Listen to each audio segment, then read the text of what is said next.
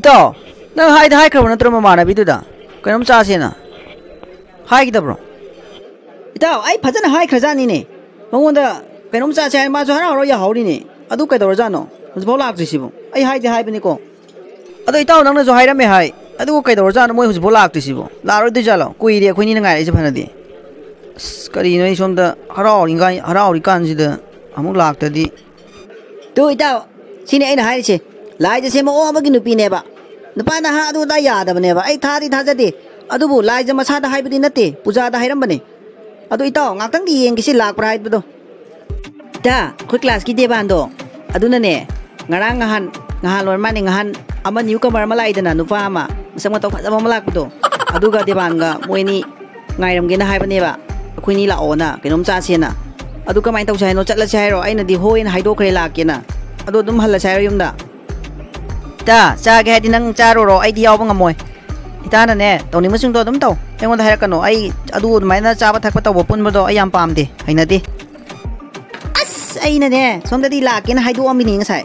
ꯃꯥꯅ ꯍꯥꯏꯔꯛꯄ ꯀꯥꯟꯗꯅꯦ ꯑꯩꯈꯣꯏꯅꯤ ꯍꯣꯏ ꯂꯥꯛꯃꯤꯟꯅꯒꯦꯅ ꯑꯩꯕꯨ ꯀꯃꯥꯏꯅ ꯇꯧꯗꯣꯏꯅꯣꯃꯤ ꯆꯤꯟ ꯊꯤꯕ ꯇꯥꯗꯣꯔꯤꯃꯤ ꯃꯥꯅ ꯍꯔꯥꯎ ꯍꯔꯥꯎ ꯍꯥꯏꯖꯔꯛꯄꯗꯨꯗ ꯑꯩꯗꯤ ꯅꯪ ꯌꯥꯔꯛꯀꯅꯤ ꯈꯟꯗꯅ ꯍꯣꯏ ꯂꯥꯛꯀꯦꯅ ꯍꯥꯏꯔꯨꯏꯅꯤ ꯅ꯭ꯌꯨ ꯀꯃꯔ ꯑꯃ ꯌꯥꯎꯕꯗꯣ ꯑꯗꯨꯗꯨꯒꯅꯤ ꯆꯪꯉꯨꯁꯤ ꯀꯩꯅꯣ ꯉꯥꯛꯇ ꯑꯆꯥꯄꯣꯠ ꯆꯥꯕ ꯆꯥꯗꯕ ꯇꯥ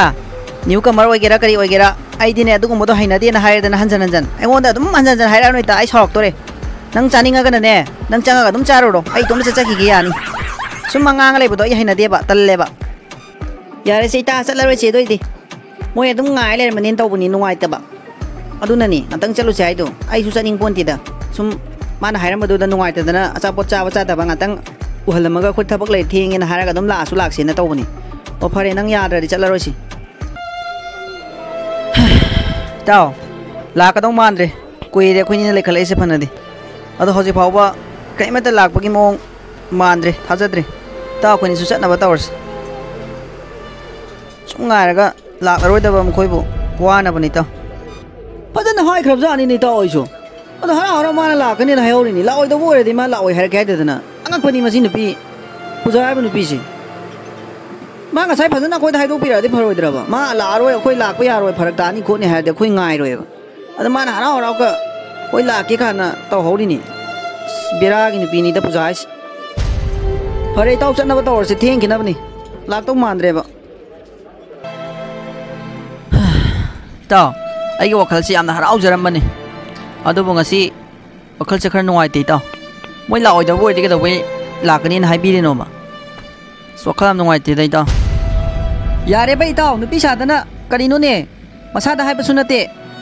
ꯃꯃꯥꯟꯅꯕꯤꯗ ꯍꯥꯏꯕꯅꯦ ꯑꯗꯣ ꯀꯥꯎꯗꯅ ꯑꯣꯏꯔꯝꯕꯁꯨ ꯌꯥꯏꯗ ꯍꯌꯦꯡꯁꯨ ꯂꯩꯔꯤ ꯀꯩꯅꯣ ꯃꯇꯝ ꯃꯌꯥꯝ ꯂꯩꯔꯤ ꯅꯪꯅ ꯑꯃꯨꯛ ꯀꯔꯤꯒꯤ ꯋꯥꯈꯜ ꯅꯨꯡꯉꯥꯏꯇ꯭ꯔꯤꯅꯣ ꯆꯠꯂꯣꯗ ꯏꯇꯥꯎ ꯅꯪꯁꯨ ꯄꯥꯡꯃꯟꯗꯦꯗ ꯍꯣꯏꯅꯦ ꯏꯇꯥꯎ ꯑꯗꯨꯃꯥꯏꯅ ꯈꯔ ꯄꯨꯛꯅꯤꯡ ꯊꯧꯒꯠꯄꯤꯔꯗꯤ ꯈꯔ ꯐꯩꯗꯅ ꯋꯥꯈꯜꯁꯦ ꯈꯔ ꯍꯔꯥꯎꯋꯦꯕ ꯍꯌꯦꯡ ꯑꯃꯨꯛ ꯍꯥꯏꯔꯁꯨ ꯌꯥꯏ ꯑꯁ ꯑꯗꯨꯗꯤ ꯋꯥꯈꯜ ꯈꯔ ꯅꯨꯡꯉꯥꯏ ꯑꯩꯗꯤ ꯋꯥꯈꯜꯁꯦ ꯄꯨꯔꯥ ꯂꯣꯏꯔꯨꯔꯕꯅꯤ ꯉꯥꯏꯔ ꯂꯥꯛꯇꯦ ꯒꯥꯅ ꯐꯔꯦ ꯏꯇꯥꯎ ꯑꯗꯨꯗꯤ ꯏꯇꯥꯎ ꯉꯁꯥꯏꯒꯤ ꯏꯇꯥꯎ ꯒꯥꯔꯤ ꯉꯥꯏꯔꯝꯕ ꯃꯐꯝꯗꯣ ꯑꯗꯨꯗ ꯈꯥꯝꯗꯣꯏꯔꯥ ꯍꯣꯏ ꯏꯇꯥꯎ ꯉꯁꯥꯏꯒꯤ ꯃꯐꯝꯗꯨꯗ ꯑꯗꯨꯝ ꯈꯥꯝꯕꯤꯔꯝꯃꯣ ꯌꯥꯔꯅꯤ ꯑꯗꯨꯗꯩ ꯑꯗꯨꯝ ꯑꯩ ꯆꯠꯆꯈ꯭ꯔꯒꯦ ꯑꯗꯣ ꯏꯇꯥꯎ ꯍꯌꯦꯡꯁꯨ ꯁꯤ ꯃꯐꯝꯁꯤꯗ ꯑꯗꯨꯝ ꯉꯥꯏꯕꯤꯔꯝꯃꯨꯀꯣ ꯑꯩ ꯑꯗꯨꯝ ꯉꯟꯅ ꯂꯥꯛꯀꯦꯕ ꯀꯣ ꯏꯇꯥꯎ ꯍꯣꯏ ꯉꯥꯏꯔꯝꯒꯦ ꯏꯇꯥꯎ ꯑꯗꯨꯗꯤ ꯑꯩ ꯑꯃꯨꯛ ꯂꯩꯍꯧꯔꯒꯦꯀꯣ ꯏꯇꯥꯎ ꯂꯩꯍꯧꯔꯣꯀꯣ ꯏꯇꯥꯎ ꯑꯗꯨꯗꯤ ꯇꯁꯦꯡꯅ ꯃꯣꯏ ꯑꯅꯤꯅ ꯂꯥꯛꯇ꯭ꯔꯤꯁꯤ ꯀꯥꯎꯈꯤꯕꯒꯤ ꯑꯣꯏꯖꯥꯠꯂꯥ ꯅꯠꯇ꯭ꯔꯒ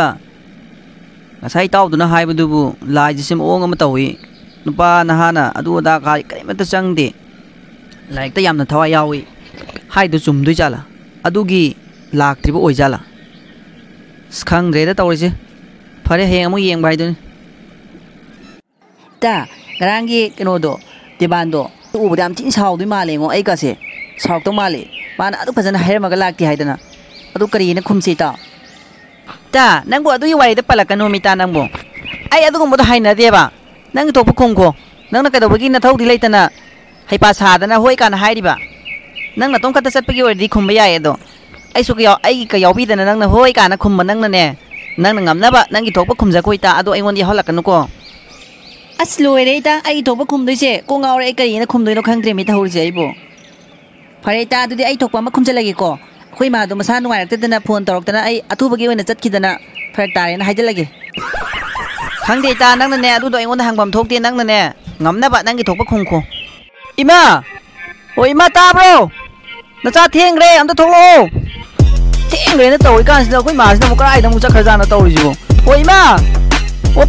Em ta thong lo ôi thiên nghe sao lagi? Cái gì nó, nơi nào bám trái cái nè. Số hồn để bị nè, hạt thua lau bị xe, khăng lau bị xe cái đầu lagi. Cha một cái đầu biao lagi. Ima, ai cô lấy sẽ bắt thiên re ba?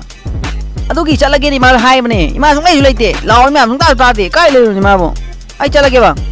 Kari namin nang bo. Hawjik pung asyam nga liba sibo. Hawjik taki salagi hari pun nang college to bo. Handak di sa se thawayam yaw khalang ni ko. Ima jingnai ko. Nang pasa nung sa yara bro. Adu ki ni ma ai na salagi na hanjan laur mi am si. Kai no piro pasa kra. Gai thau khar hap na ba. Se palising ani ni sini yara bro. Kari do tap ni yeng na thau ko. Cha si di sok traga loi re. Kan na thau ba ya de ko. Chalo. Hoi ma adu na jam char ki ko. Ngarang tao du bu si mafam sidang ngairam gen haibani ngasi ding ngairam ba ude da kaidawra jano ai ding ngarang su kaw na phone number sul haude leiti ni ngai ba ude ni pang kai da ko ai se ngarang thengna dana wari watai sa dana sa pa chamina dana adu phone number haudri ba ai ki kok si su kari no ba angak pani ai kok se kaidaw ba ka yaw jano ai ngarang hek ma ga tinaba ga khangna ba ga Nupi da waka heli acha pacha ji ko che heli kana ai talla jala bilai te da har la ma ngai da bilemi ai ba ta ngai kisira ngan man bai su male nga ta ngai yenga ge lak brai da ta akhoi ni na phami se koi re changa sira ta nga tang pham ki ji kai no nang na gari ya da ba ma chi jal laga achok ngan na ko ye se la yengo kanan da lak ram de ngan le me ai ju atu nang na ting hai bu da ka pung ka yeng da bi da cha tholai ni yeng lo chalaga adu di som da lei ki singa tang ngan ma li ba oji chang class ka do doi no ngatang si lei ki si kai no ya re bai ta sum hai le he ai na thawai na si bu ta hon ge na ta hon ma sun na ta ba ngarang so adum yeng nari ni gari se pung lo en chum mi ni kai no battery ya re di khang ma sun na te adu ngasi adum ai di sat li bo ya re bo ning da na pung du yeng bo yam thing re na khan da na hai ai ni kai no phare loi re kai no ngang re du bi ta si tal le sina ne adum ne mi tarani kuni mo manjan ngang lai dine on da karim na nok na ya re ba to bam tai na taw gen taw na te se thawoi na bo sumai na la kadra ne khallo ba nang somta sumai na yam ngan la kadra ba soi da ne tawoi do ya da bagi yaram da bagi nang na gari ya da dei bi ma koi som da wa si di ngan na lak ta na ni som da lak na de pung me wa li ngo atang phang ki je ba ka do doi no changa ga si nuai tro ing hak chik lang ra amta ne piena pharmacy nang na pham ge hai ba matam do du phau hek pharmacy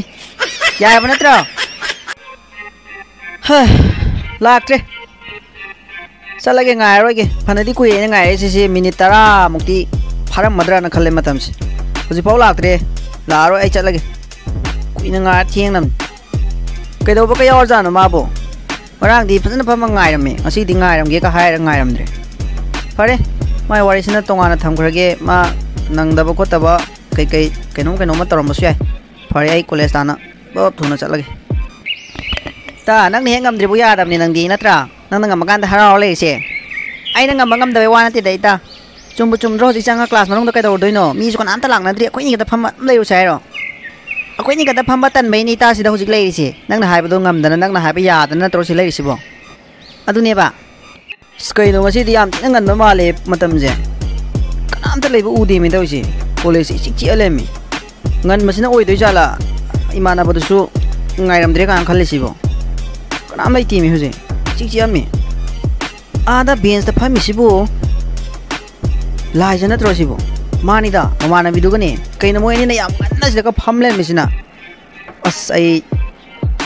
timing up chare chance padam phange si da changa hayo natradi class manung da haiba su nuai ti arang jula o hai lakti chap chara si do ni changchal laga hai rage ta asida nupa mala ise akhoi gi ka gi new comer natro mani ta ngara akhoi lak ta bi ka saw jala mai jibo tula e tu akhoi sum naksal e khang di dei ta kari no khang di mai chum na sum cha boy rang mani kaino kaino ta na manga ro bo chum na sum cha boy di karam da chakhi do natro akhoi sum tam na la ise di maram lai be natro mala ise bo sida ikai dana ki dana lai ra de ai kem ta kana phangoi ai ning se thungoi ba sangjal lage dai hai ra gan dakti ta sum naksali mi ai diam pa khali mi koi tok dinai bu sum naksali tu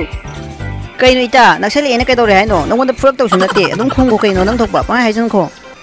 Kay nom ta hangjage. Kay no ngaw jala no piani sibo. Tumi na mo ni to boy dum sana lay ay na ngang ji ata da man. O kay nom ta hangjage. Ta tra po. I khangi ta. Kan ka law kholi ngaw jala sinu pa sibo. Kay no dum hang biyo ya ni. Ngara khoi taw de ba na. Kem ta habi da bro.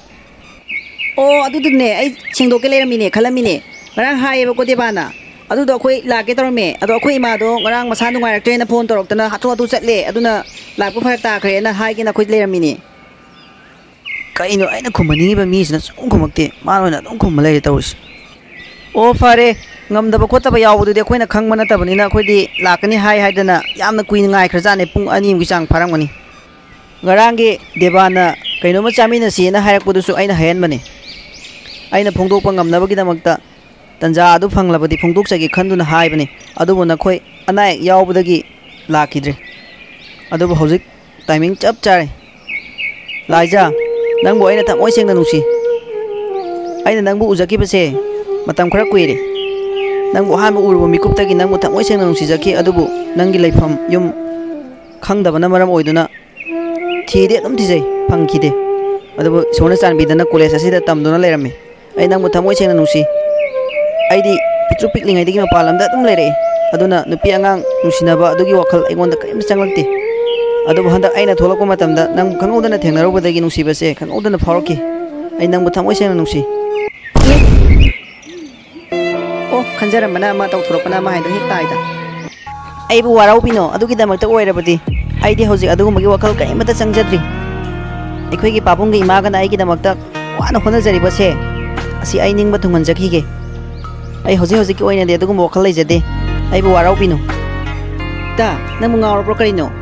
mina ra asuk thamoi sing haijari sibu nang ya pro kaino kaino nang ngawr bo nang ai gi wakhal khang manatro khang nang na amung ngangsi leido kaino ai gi papung gi imaga na ai gi damakta honari bu wari batar bu mayam sida aina chugum wakhal yawrpadi Papung imaga na khale ba ningjari ba mayam se thungba ngamgadro ha khomuni ngamgadra ba khangde dei ta dudi nangi wakhal tare ai de sumna sum nungai ta be hairu be wani nangna du yam la na khangani de su khan manate sumna sumi cham cham na hai be wani phare laija nangi wakhal na adum na leplabadi kari di upai le nangna yabidra bani na phare dudi ai chalo ki Thawai am nungai ti danga sidi punsida sumna nungai tawa amta thokidri asumna hairakani kai je khalu dabani adugi irai laina ngang thorak pa haidurak pa ai thawai am nungai ti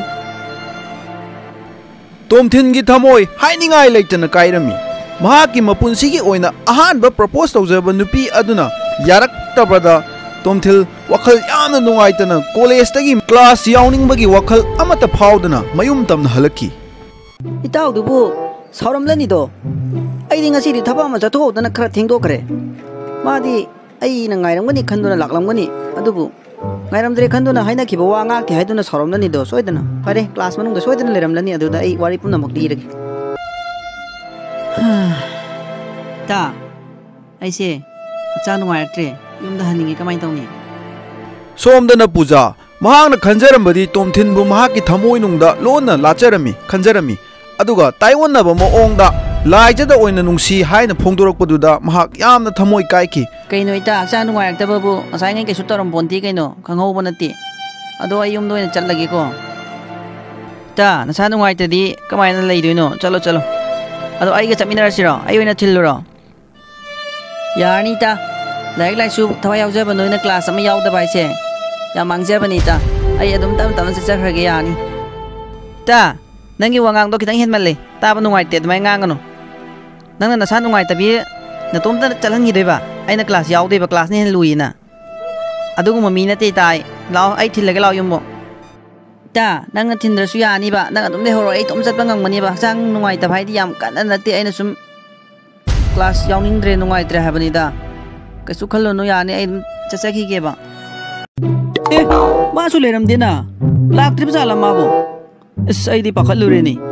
ai na ngairamdre na sauramlani khanduna nungai tana lakli sidi ma su laklamdre da phare phare ꯑꯋꯥꯕ ꯅꯨꯡꯉꯥꯏꯇꯕ ꯄꯨꯟꯁꯤꯗ ꯈꯪꯂꯛꯇ꯭ꯔꯕ ꯇꯣꯝꯊꯤꯜꯅ ꯉꯁꯤꯗꯤ ꯈꯪꯍꯧꯗꯅ ꯐꯥꯎꯔꯤꯕ ꯑꯋꯥꯕꯁꯤꯅ ꯈꯥꯡꯕ ꯉꯝꯗꯕ ꯃꯈꯩ ꯌꯥꯝꯅ ꯋꯥꯔꯝꯃꯤ꯫